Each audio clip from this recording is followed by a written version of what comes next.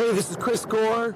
You're listening to Dr. Gonzo Radio on Dr. Gonzo Piqua something.com. I don't know. What am I supposed to say? Yeah, we'll have Zach. I'll have Zach do the next bumper. So, hey, Dr. Gonzo's here. Put a dime in him, you gotta let the whole song play out. He's like human jukebox. Oh, he's a talker, ain't he? He's an old fat grandpa man.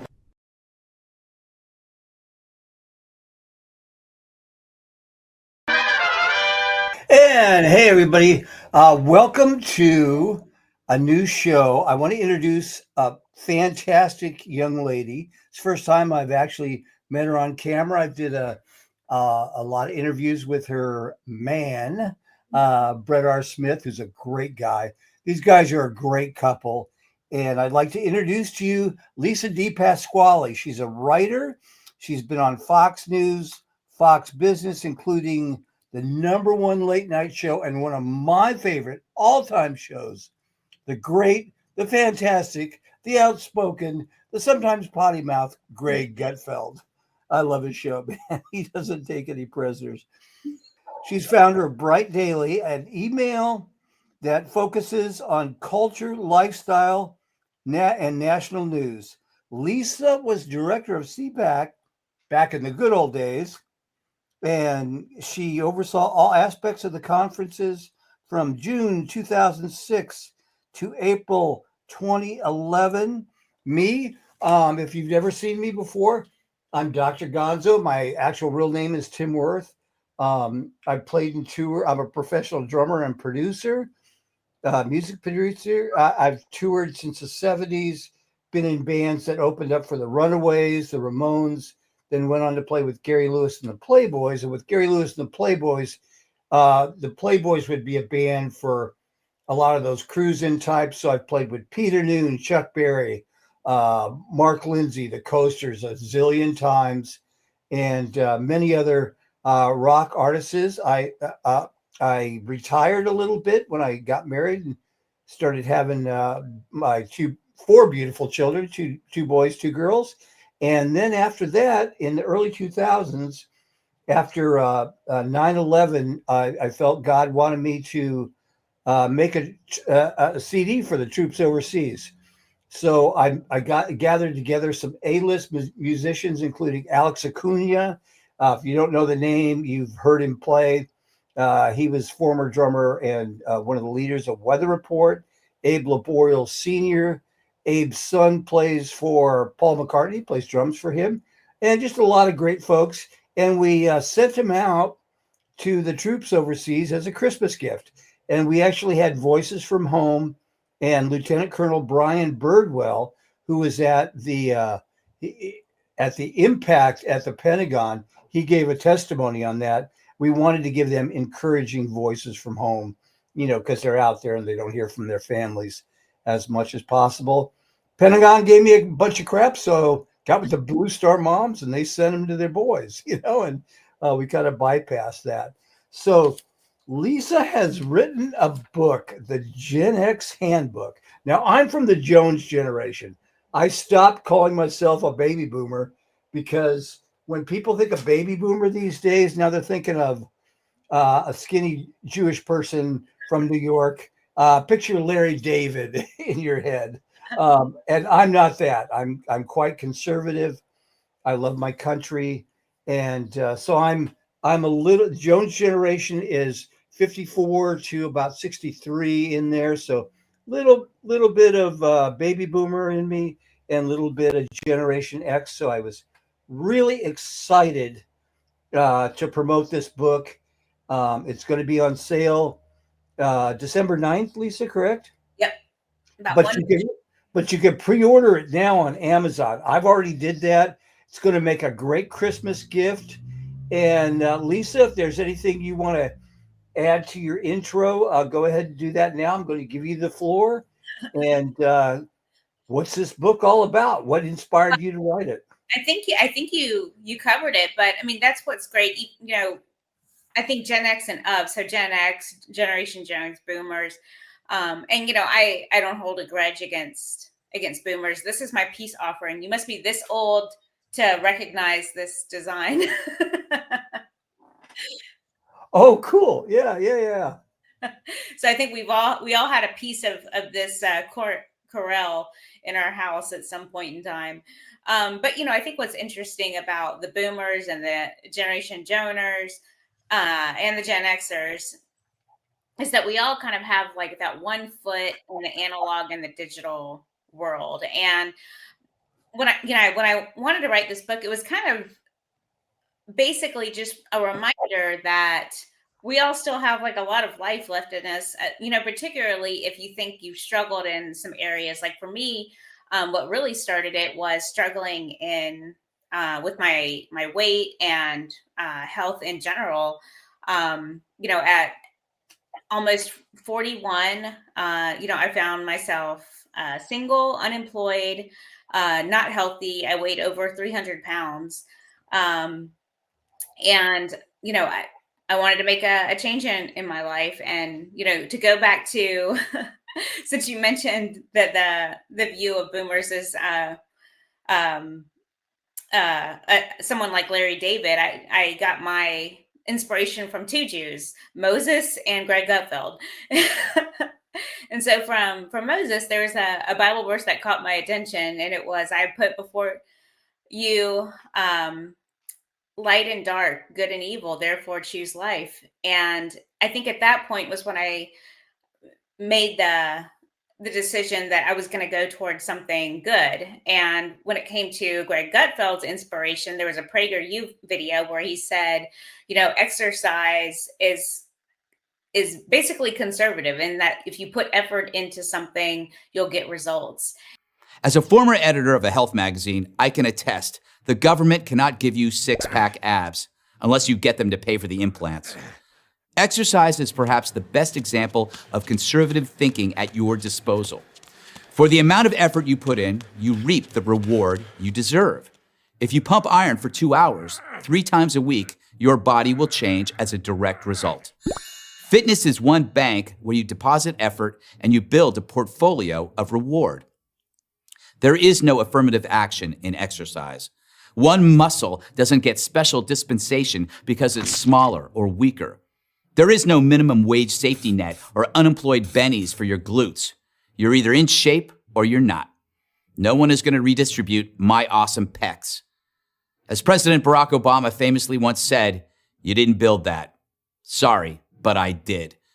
For me, that weight loss journey was what got me control of my life again. Like I mentioned, I was unemployed, and to kind of just concentrate on weight loss, on fitness, that's what led me to kind of to put it in Trump speak, a new golden age. So now 7 years later, I've lost 170 pounds. I am employed and, written a couple books. So you're half the woman you used to be. I'm here in Texas. Hey, Lisa, on that note about your weight loss and all that stuff, you have a YouTube. I really encourage you to go to Lisa's YouTube channel. Sign up today. Go through the old videos because it gives a real detailed story about Lisa's beautiful health journey. And again, before you try any weight loss, anything, check with your doctor first. That's really important. But Lisa goes through in detail very about exercise and things that work for her. So yeah, I mean, it was funny because I recorded the videos on YouTube. I did one a week, and then it wasn't until I was about 40 weeks in that I decided to just put them all up on YouTube, and then started doing them live. So every week there would be a new video, and I can't remember what my criteria was at the time. I think it was like I wanted to get to a certain number on the scale. I don't remember what it was, but I said, okay, fine. Now I'll put them all on there, and then started, uploading live. And so, at the time, the only thing really on my YouTube was, cross-posting, interviews and things that I had done, for previous books and that sort of thing. So it was kind of a very vulnerable thing for me to do, because I, have this entire, history. Most of my political career has been, in front of the camera in different aspects, whether the media or, being at CPAC. And, when I was the head of CPAC, one of the benefits is that you get to, introduce the most popular speakers. So, in 2009, I introduced Rush Limbaugh at his only appearance, at CPAC. Speaking of another person that brings all the generations together. And then in 2011, I introduced then reality TV star and businessman Donald Trump. And if you go to his Wikipedia page, you can see a picture of me introducing Trump at CPAC. And so I had this whole career of being over 300 pounds. And, kudos to Fox News and everyone that, put me in front of a camera. It really boosts my confidence in, being able to still do all those, amazing things. And I think with this book, one of the reasons I wanted to write it is to not only give people inspiration, in, middle age or younger or older, that they can, do these things. But I think it was also for me just to kind of start the next chapter of, my golden age and, be able to do some of the great things again and the fun things, I should say, not the great things, but the fun things that I was able to do, back at the beginning. Let me get back on. And on that note, I love Greg Gutfeld was that. I didn't know he was Jewish. I know he's been really big into fitness. He was on Men's Health magazine for a while, I believe. Is that correct? Yeah, he was in the magazine business, before Andrew Breitbart, I believe, introduced him to Fox. Oh yeah, I listened to him. I was a big Red Eye fan. Red Eye fan. Oh, okay, so we don't want to talk. We don't want to give too many spoilers for the book. But what was really fascinating is your breakdowns of the food pyramids. I remember, folks, that this pointing the wrong way. This young lady, we both have an affinity for cheese nips, and instead of girl, I'm a strictly Cheez-It girl. Yeah, Cheez-It. Oh, okay, yeah, they'll say cheese crackers. Anyway, it's portion control. I'm telling you, you don't eat a whole box. And these days, they've downscaled all the portions, and it won't be hard to do. So it's about it explains that the different food pyramids are crazy. Like I remember us, man, it was bacon and eggs and and a full breakfast. Yeah, I mean that's your parents' breakfast. I mean, I think for then I kind of looked at the food trends and the government pyramid that we remember from the 80s, and that was like all out of whack, where they were encouraging people to eat something like 10 to 12 servings of bread and pasta and grain, and on the bad list were things like red meat and eggs. That now we know a lot of that was just kind of made up.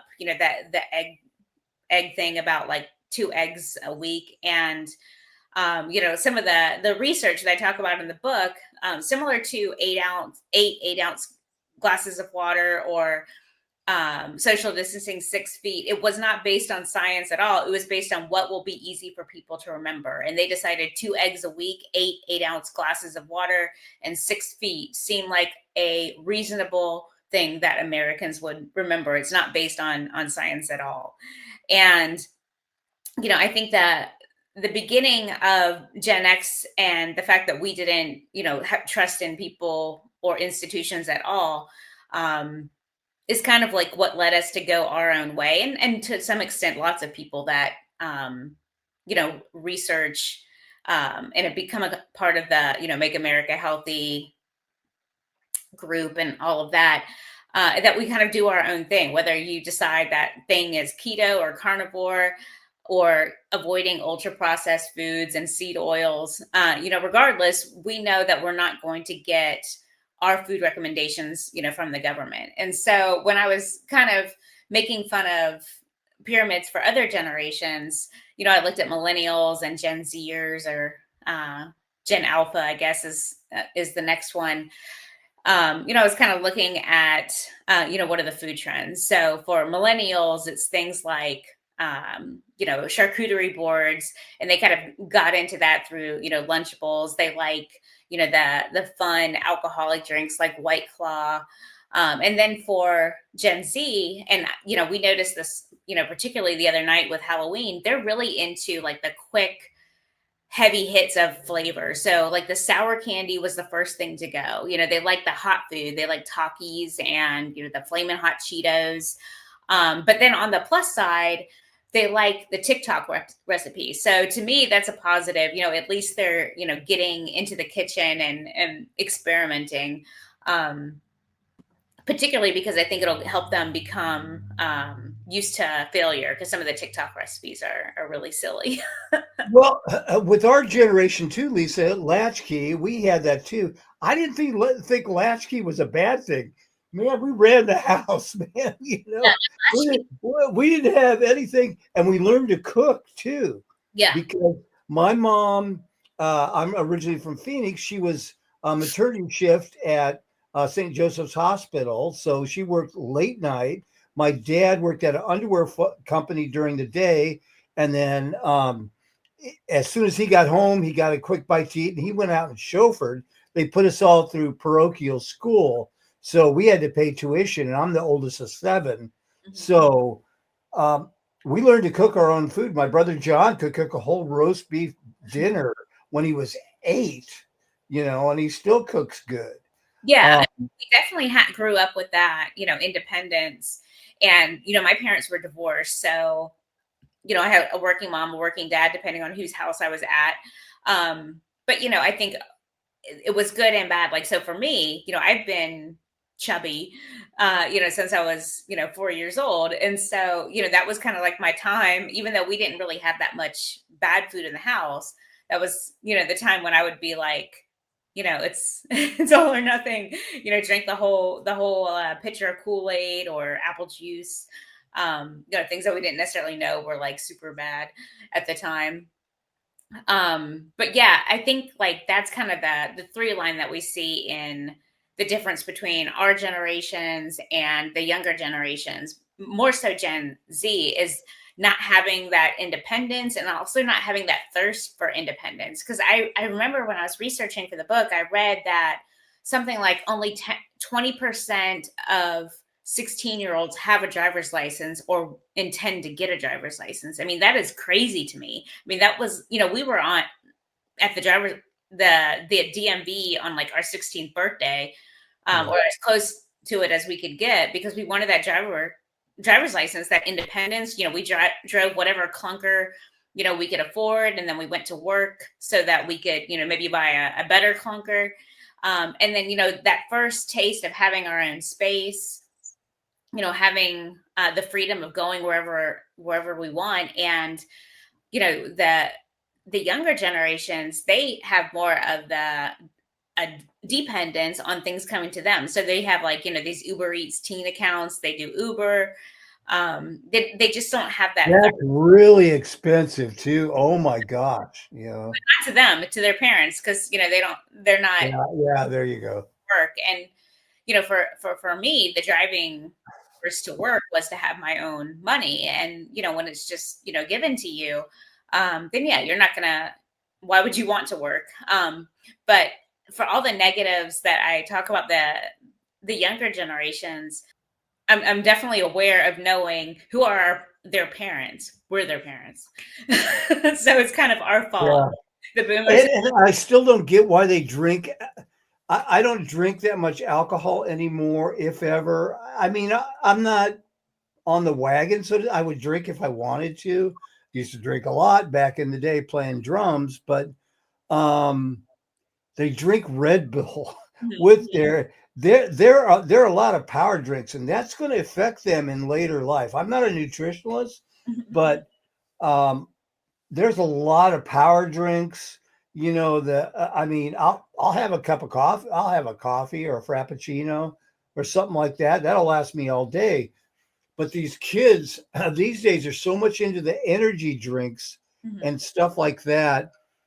And to get back to weight gain and stuff like that, I think COVID had a really big impact on that because we were stuck.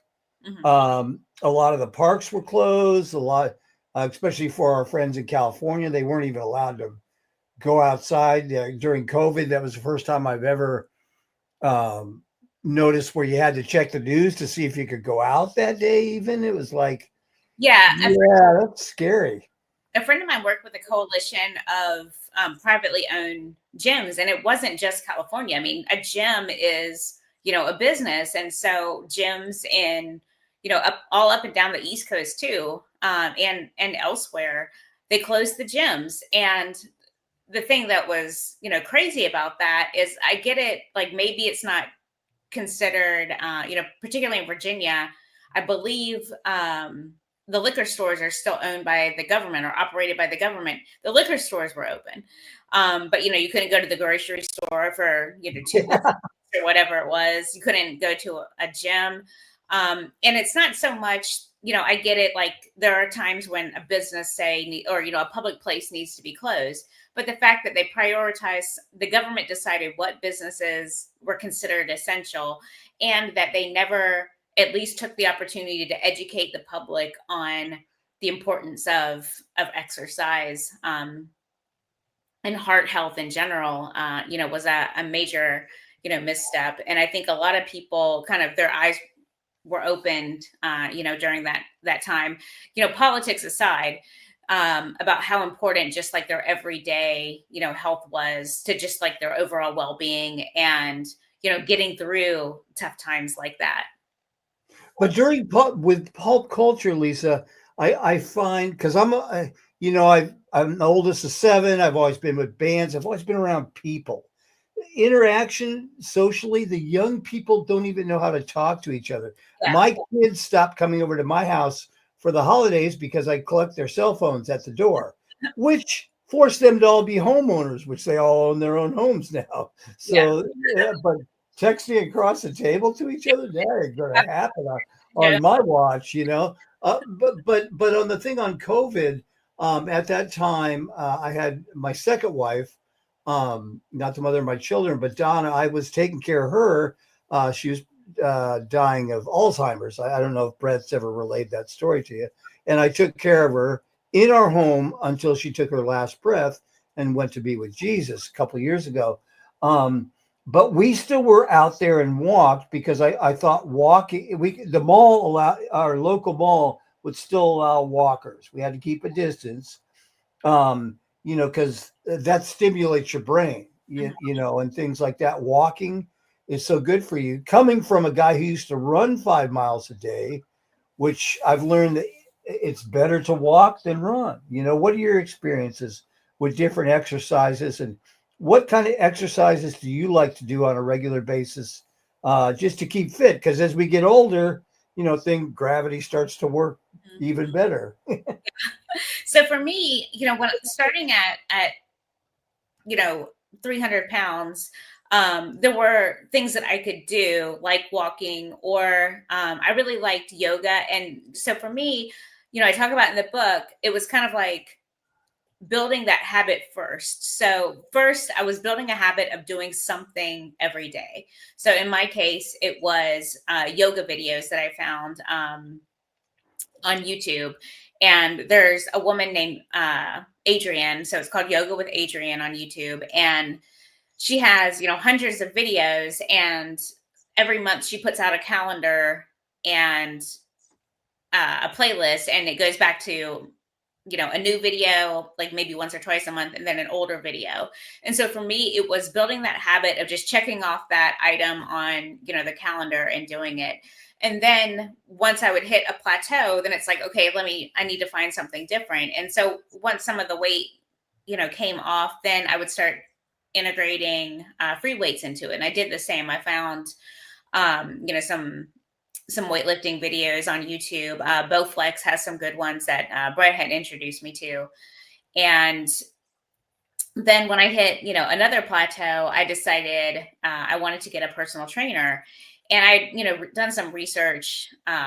But ultimately, I found out a former boss of mine had become certified to be a personal trainer, and that ended up being like the perfect scenario for me because, for me, leaving her hanging and not showing up for a workout, I do it via Zoom, is like not showing up for work, and I would never do that. So it's kind of like for me, finding I'm at heart, I'm a lazy person. And so, for me to have her count for me, tell me the time that I can, rest and then when to start back up. That's kind of what I like to play into, my laziness. I don't have to make the decision of what to do that day. Same with the yoga calendar. I don't have to make the decision of what to do that day or leave it to my lazy self picking the easiest video or workout. And that's what's helped me build that habit that I'd already kind of solidified, whether it was walking 10 minutes a day or doing yoga for, 20 minutes a day. That is what I kind of leaned into. So I think it's important to, know yourself and what are you going to do? If realistically, you're not going to, run 5 miles a day, but doing something every day, and then you can kind of step it up as you get bored. I mean, for me especially, I think a Gen Xer, I get bored with some workouts, and it's okay to abandon that and try something new. And then if you don't like that, try something else new. Now there's so much as walking your dog, like walking the beautiful little Cora. The problem with that is it's a very start and stop type of thing. So we're not. You don't keep your cardio rate up. Yeah. But yeah, I mean, that is something that I think it's good to just do all those extra things. Cause like when people think about, the ideal number of steps to get, 10,000 is the easy number. It's really about 7,000 is what you need. It's, that's every step, that's just being a normally active person. So, going up and down the stairs, parking a little bit further away. It's just whatever you need to be an active person. It doesn't necessarily have to be, taking 45 minutes out of your day and walking to and from. I mean, obviously that's a great thing to do. But I think people should look for the easy things first. If you're like me and, are a lazy person at heart, just, whatever you need to do to become a more active person. Yeah. And with me, I'm an ex-martial artist. I have belts and a lot of stuff, but I can defend myself pretty good. And I have weapons like size that I work out with for my arms. I look at it as it'll improve my drumming. It'll improve my life. It's really important. This is my opinion, to journal what you do. As you follow me on Facebook, I'll always put how many miles I walk a day. I try to do at least 5 to 6 miles 5 days a week, and then give your bones some days to rest. And you guys, when you get up to be older, I'm 68 now. I'm proud to be 68. It's important to exercise your mind. That's why I do the YouTube channel. I have a regular gig during the week. I have my radio station, which I program. Read a book. Read Lisa's book. Oh, by the way, Lisa has a book coming out December 9th, Generation X Handbook for Middle Age, and you can pre-order it right now. So you can read those kind of books, which are great. Both Lisa and Brett also have other books on Amazon. Reading is a good way to exercise your mind. Me as a Christian, I write down people's names and I pray for them every day. It helps me keep focused on what's important, which is other people to me, and pray that Brett, Lisa, and Cora just have a great day today. I don't make complex prayers with sackcloths and ashes in the middle of the street. I just say, God, please let them have a good day, and then leave it at that. And then you remember people's names and people's children's names. So it's good to exercise your mind. It's good to journal what you do, because when you get older like me, you'll wake up the next day and you go, oh, my chest really hurts. I wonder if I'm having a heart attack. It's no, you worked upper body on the total gym yesterday. So I'll go to my calendar and say, oh yeah, I did upper body. And I did legs, because True story, man. It's like when you get older, you get kind of nervy about sickness and all the different stuff out there. So if you journal your exercise, you can see where you've gone, and there's a record of going forward. So that's so important to me. Yeah, for sure. And you can also see, your progress. And that always helps because, it can be kind of self-defeating when, you don't see progress. I mean, like I said, every time I would, hit a plateau, I'm like, I got to do, Mhm, mhm. something different so I can, keep my motivation going. Cause I think the thing that got me to losing weight is not motivation because that goes in and out. It was the discipline to get up, and even when I don't see progress, to do it anyway. To have those habits, because your motivation is going to come and go, and your mood is going to come and go, whether or not you feel like, oh, this is all for nothing, or this is as good as it gets. It's just the discipline to keep doing it anyway.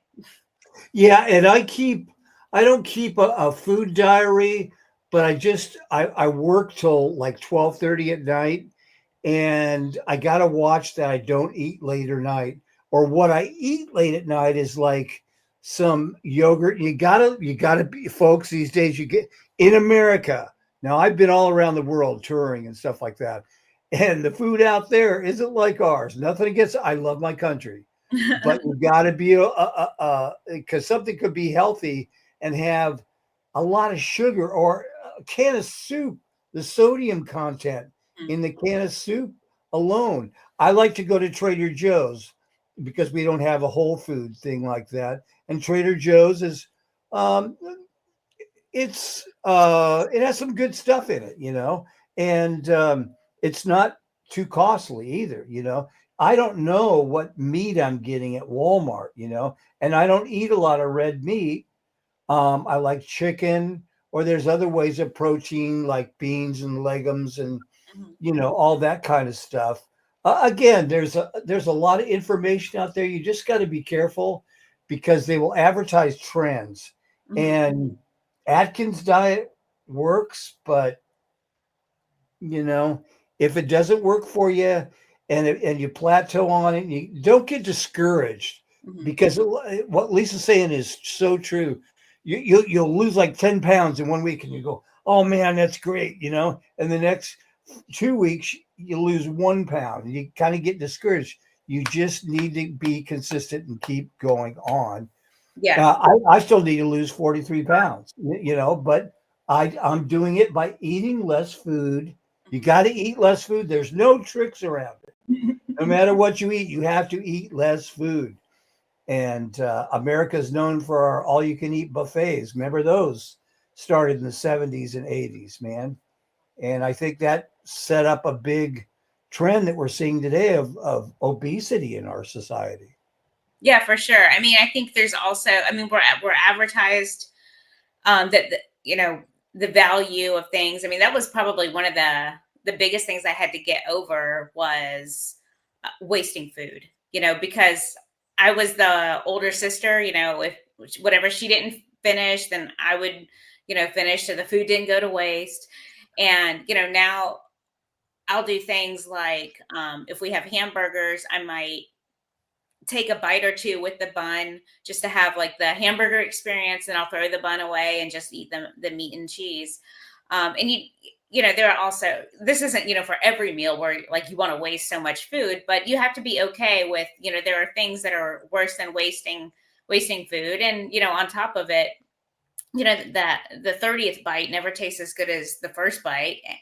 And to stop when you're hungry, or start when you're full, which is usually about 10 minutes before you think you're full. Right, right. Because we've learned to eat fast. I was the oldest of 7 kids. Boy, you ate fast or you didn't get food, at the table. Yeah, I mean, all of those things, as far as not wasting food, or getting it while you can. I mean, there's just a lot of these things go back to our childhood, and especially for Gen X and boomers and to, millennials, for lots of people, we have this nostalgia around food. I mean, Brett and I, when the Halloween buckets came out last week, I think, with the Happy Meals, we got 2 of them, to have those Halloween buckets, to put our candy in when the trick-or-treaters came. And, it's just those types of things where you can make room for it in your life, but you don't do it, for every meal. I mean, it's not common to have McDonald's, for us. On top of the fact that I'd rather grill hamburgers myself because they'll be a lot better. Yeah, you guys can have Texas brisket out there, man. You can go to Buc-ee's and eat really well. We've actually only been to Buc-ee's once and had their brisket.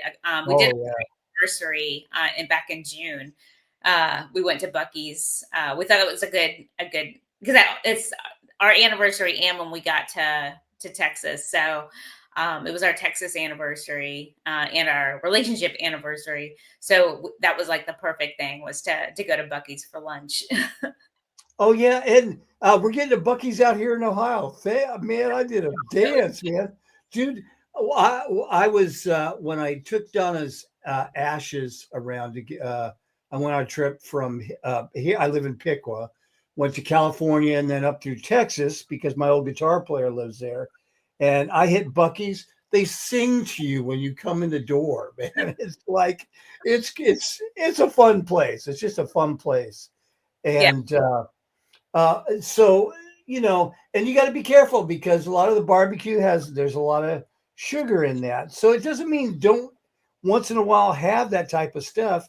You just have to be careful because I've always thought America with our holidays is kind of a trap.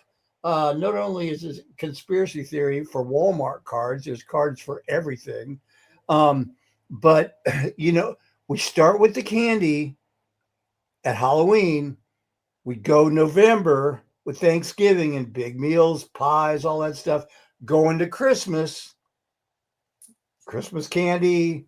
We all went to our grandparents. I did, where there's always dishes of candy out, and then you go to January 1st. It's got like, oh, I got to lose all this weight. Well, just don't eat like a pig when you're having these meals. Sorry to be blunt, but I mean, you have to control it. I've learned as a young one to eat fast. I really try to slow it down and eat real slow and chew my food. And just real basic stuff that at my age I should know already. Yeah, I mean, I think the other important thing is that, there are times when you can certainly, indulge, but that doesn't mean that the day is gone or anything like that. There's no reason to wait until Monday to start doing better or to wait until January 1st to start doing better. You can indulge in ice cream or, whatever your sweet treat or salty treat is. And you could just get back on track with your next meal or the next day. There's no reason to, be like diet starts Monday or, come January 1st, I'm going to get my life together. That's the great thing is, every day and every moment is, the beginning of a new way to get back on track. Yeah. And I had a friend of mine that was a praise and worship leader in California. He taught me his rule, and he's been fit all his life, was once you get 5 pounds over, you reduce. You don't have to go without food, but you reduce it. Mm-hmm. Not with rice cakes slathered with peanut butter or anything like that. Okay. Did you ever eat rice cakes? I mean, it's like eating styrofoam, I mean, rice cake every day. I think they're Korean, but they're puffed rice and they're probably processed. They're called Miss Kim's, something like that. I always say to Brett, I'm like, oh, I had toast and what did I have this morning on it? Oh, egg salad. I said I had toast and egg salad, and he's like, that's not toast. But I just like it as a delivery system for my protein. So I'll put cottage cheese and maybe like everything but the bagel seasoning or something like that. But yeah, to me, it's just the fact that it has no flavor is the high point, not the negative point. I don't eat it by itself. But what I like is the ones that are different flavors, like with chocolate. So it's like, yeah, maybe it doesn't have as many carbs, but they just add sugar to it. Well, if you're doing a Korean rice cake, have some kimchi on it then too. So Yeah. you have a colon cleanser and you have the rice cake at the same time, Yeah, my probiotics a different way. I'm not that adventurous. Okay, so we're talking about health, weight loss, and it's real important because I think after COVID radically changed. COVID radically changed our pop culture as well, I believe. Now, I want to say this with a grain of salt. Matt Walsh came out with a real video about when the pop culture ended. And I would suggest you go watch it. I don't agree with Matt Walsh about a lot of stuff. And I don't think he's an authority on pop culture like he would think he is. But he's a good guy. I think he's a good guy. And it's a good video. But I'm here to tell you, pop culture did not die. If you train your kids up, I trained Alan, my oldest son, and my kids to appreciate movies, pulp culture, comics. And you know what? To this day, Lisa, I've been so blessed. Me and Alan and my granddaughter Willow May went to go see Lilo and Stitch, the live action, together as a family. That is a lot. Teach your kids to appreciate the pop culture, the good stuff. You really got to, there's a bunch of stuff with the messages in it, you know. But if you teach them that, you can spread that generation to generation. And Lisa, Generation X had the best movies. They Yeah. just did. I don't care. And you can still watch those movies and have fun. Yeah, and make sure you buy them too, because you never know if they're going to get changed. There's a chapter in the book about building your physical media library, which thankfully I don't really have to think about that much because Brett has that taken care of. But I think one of the things that made it different, I think for us and some of the younger generations more so than like Gen Z and Gen Alpha right now, is that we had a lot of shared stuff. I mean, there wasn't as much niche when it comes to anything, movies, music, TV shows. I mean, we all gathered around the TV to watch Family Ties, regardless of whether you identified with the parents, the little girl, or with Alex P. Keaton. And now, with streaming services, and really, I don't even know what's on the networks because we don't have cable, but there's just not as many shared experiences because the kids, can, whatever they're into, they go onto their Netflix account, on their iPad, and they go watch TV with their headphones or in their room or something, and the parents watch something else. And there's just not as much of that shared experience, I think, as there used to be. Even among kids, if you're into K-pop, then you watch those things and listen to that. K-pop Demon Hunters, boy. Oh yeah. Watch those things and listen to that music.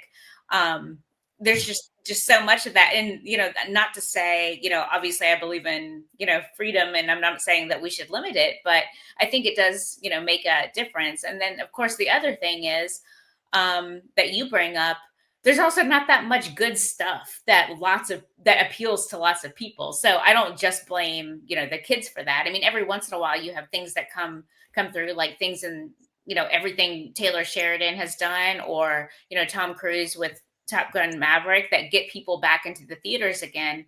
And I think like those types of things are few and far between. And, you brought up like our great movies, and a lot of them are turning 40 and 45, this year and over the next couple years.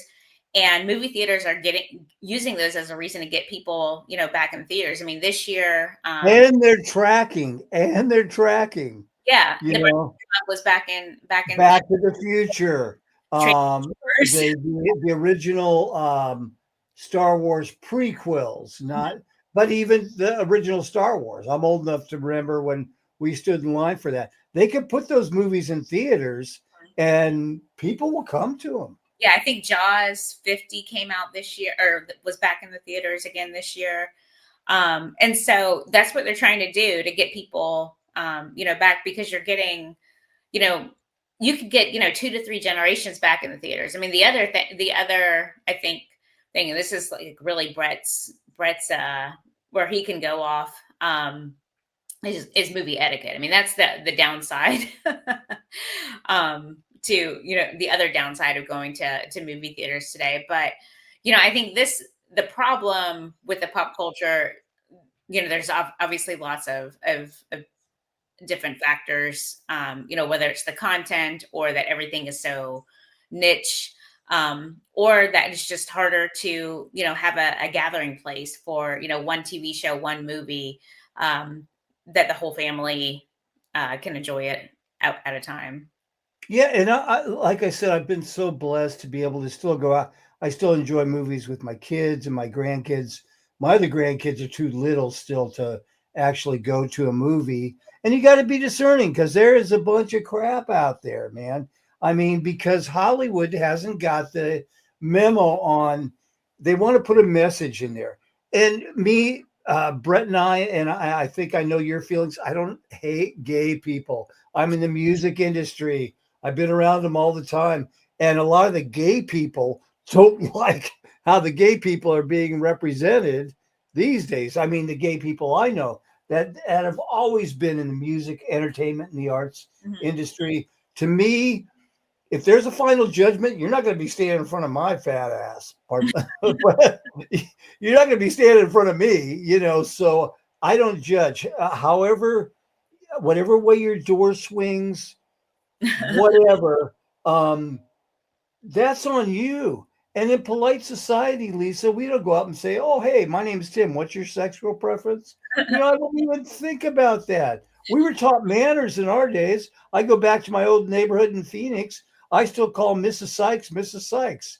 And she's like, oh, no, Tim, call me Bootsy. You're old enough now. It's like, it doesn't feel right, And then we got kids now. This is my little rant. Call their parents by their first name. Oh my gosh, my dad was a Navy frogman. I wouldn't even have thought of calling him Chuck because he would have. Well, and our parents' friends, we didn't call by their first name. It was like Miss or Mrs. this, or right. My parents were divorced, so we called the people that they dated, Miss Lisa or Mr. Brett or things like that. Yeah, we learn respect. And that was our culture then. Well, I think the other thing about identity is it also wasn't there. It wasn't there in place of talent. So, I mean, who would be like, oh, have you heard of that gay music by Elton John? It was just Elton John and everybody loved it. I didn't care who he said. My business. Identity comes before the talent in a lot of cases. I just watched Queen live at Wimbledon. Hey, did I know Freddie Mercury was gay? I knew he was flamboyant, so probably a good chance. But I love to see his performance because as a drummer too, I played in theater. So I grew up around theater kids and stuff like that. Theater is hard, but see, my mom used to take me to symphonic orchestra stuff. She would take me to a Jethro Tull concert. She would take me to a theater, a live play, so I was immersed in the cultural experience. And I think since COVID and stuff like that, we don't, taking a kid to a play. I took Willow Mae to a play. She loved it. She thought it was the coolest thing ever. Mm-hmm. Yeah. I mean, I think, and that's something that's really cool is getting kids to appreciate that. I mean, for me, I don't know if you can see it. I became a huge Elvis fan because I found my mom and my dad's, Elvis records or cassettes. And, that's how it was for me. I mean, same with the Monkees. You can't see it. There's a Monkees record there, an Elvis record there. And I mean, that's how I, got my musical influences. And then of course, all the great 60s and 70s bands. And then, later my generation, the 80s bands. To me, it was like what was around and what was cool. And what I think is still cool is when you go into a younger person's store, Hot Topic, or you go into the junior section at Target or Walmart, you're not seeing whatever the current bands are. I can't even tell you what they are. But you see Fleetwood Mac, you see Def Leppard. yeah, you see the older stuff. So, even if it's just for the fashion because they had cool album covers and, concert tees, eventually they might still start looking up that music. So I think at the very least, there's that knowledge that the real music existed with previous generations. So hopefully, those young burgeoning fans will become, if they become musicians, will look back, maybe to a return of rock and roll. Cause I don't even know if there is, current rock and roll now, because it's not that I don't think there's good music being made, but it's also niche. So, country's not Cookie even cutter, very cookie cutter. yeah. And that's the corporate stuff. What can Well, Lisa, when you walk into a store, I don't know about your experience in Texas and stuff like that. You might hear some country. There's some good country, and I don't want to get. I love Shania Twain, but I think that I would have called that Southern rock in my day. And oh my gosh, I could make so many arguments about that. But I still like their music. But during the '80s, we had so many different bands. You had Flock of Seagulls, you had The Police, you had Blondie, you had Def Leppard. There was so much of a buffet of great music, and you still hear that music when you're in the stores today. Oh yeah, I mean the grocery store at 7 a.m. is my club. I mean that's the best time to go and listen to the music. That's when they're playing my jam. Is at the grocery store. You ever start dancing? I will dance in the aisle a little bit or shake it a little bit, and stuff like that. You know if you're a boomer or a Gen Xer, if you're in the store and you hear a Rhiannon or Go Your Own Way or something like that, and you start, start doing the head bobble act. Okay, well, hey, we can save the generation and this Generation X handbook for middle age is really important because, as you pointed out, the first Generation Xers are turning 60 this year, correct? Yep. Yeah. If you look at the date, the most common date people go by is 1965 to 1980. So, generally like a 15-year span for the generations. But I put it, there's a lot of wiggle room on that. So for instance, if you get if you're like, say my sister who's born in 1981, a lot of your pop culture you experience through an older brother or sister, or you're so close, you're a cusper. Another exception, I say, like if you served in the military, like I think of Vice President J.D. Vance as a Gen Xer more so than a millennial person. If you grew up poor and you had to, get a job early and maybe you were born in like 82, 83, a lot of this stuff is just, you got to pick a year, right? So as far as what counts as Gen X, I mean, it's like I think generally where you get your pop culture references from. And, like I said, having that foot in the analog and digital age where you can still, appreciate both. Well, and people are going back to vinyl, they just are, because the difference from a musician and a producer standpoint is the analog has the more bottom end to it. It's not quite so pristine. It still has some of that kind of grungy in it. Not grunge, not necessarily grunge music, because I was never that much into the Seattle scene. But when you read Lisa's book, if you are confused by I loved your titles, and you have that John Hughes title, and me and my kids love John Hughes. I just watched Uncle Buck again. There's a new documentary out done by Ryan Reynolds on John Candy. Yeah. It's called I Like Me. Yeah. And so if you don't know a name, Google it and go see those movies. Just great stuff. Yeah, it's available. I think it's on Prime. I don't think it's in theaters, but yeah, it's on Prime. Yeah. Watch list. I love Prime, and I had a little bit of a scare, not to go on too many bunny trails, but they said Taylor Sheridan was leaving Paramount, but he's not leaving until 29. Mm-hmm. So there's great Landman new season. I can't wait. Mm-hmm. It's coming up this month, I believe. Yep. And on my radio station, I play Billy Bob Thornton's music. I'm trying to get an interview with him after he does this little tour on that stuff. He's got the box cutters, man. He's got great music. A lot of these guys during their downtime will play music, like him, Dennis Quaid, and Kevin Bacon, of course, and all that stuff. Tulsa King, Mayor of Kingstown, just started a new season. Yellowstone, what a great series. I hope they end up doing that one spinoff on. Yeah, well, I think there's a couple spinoffs. They've already done the trailer for not Jamie, but the other one. I'm blanking. The red-haired girl and her husband. Yeah, the daughter.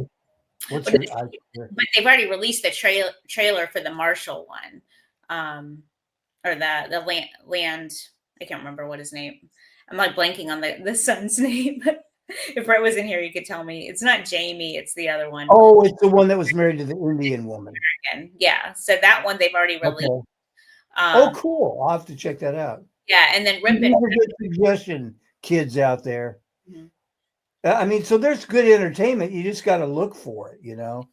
So in wrapping up, and thank you so much for your time. We're at a little over an hour here, and that is great. Lisa, why don't you give a shout out again, where they can buy your book, when they can buy your book, and some of your other books that they might want to check out. Yeah, you can pre-order the Gen X Handbook for Middle Age, basically anywhere where books are sold. So Amazon, Walmart, Target, Barnes and Noble, wherever you like to get books, you can pre-order it. Obviously, Amazon is the easiest place. But yeah, pre-order now. It comes out December 9. And so then you'll have a chance to look at it, and then you can buy more for gifts. And on all those places are most of my other books. My first book was a memoir about dating and becoming a Christian. That's actually how I met Brett. He bought that book. And then I did a parody book called The SJW Handbook, basically making fun of the SJW activists. I did a novel called I Wish I Might, about a girl that got everything she wanted. And I did a book with my friend Mike Broomhead called If You're Going to Be Dumb, You Better Be Tough. He was a bull rider, was a bull rider, now is a radio host in Phoenix. And that was a really fun project. And then like you said at the beginning, I do a daily email on Substack called getbright.substack.com, just with a roundup of the latest news, pop culture news, entertainment, lifestyle. How can they find your Substack for us older boomers if we wanted to look, or we don't know what a Substack is? I do, but yeah. The website is just getbright.substack.com, or you get everything. I don't know if it's easier or harder, but on my website, which is lisadepasquale.com, or on X at Lisa DEP. Everything's there too. That's fantastic. And just to give Brett a little shout out too, Brett wrote a great book called Clinton Cash, which was a bestseller. He's a very talented cartoon novice, and I love you guys, of course, very much, and pray for you daily. So, Lisa, thank you so much for being on the program. I'm going to play the outro and end the recording, and then we'll catch up in the green room just for a sec. Sounds good. Thanks. You're welcome. Hail to the king, baby.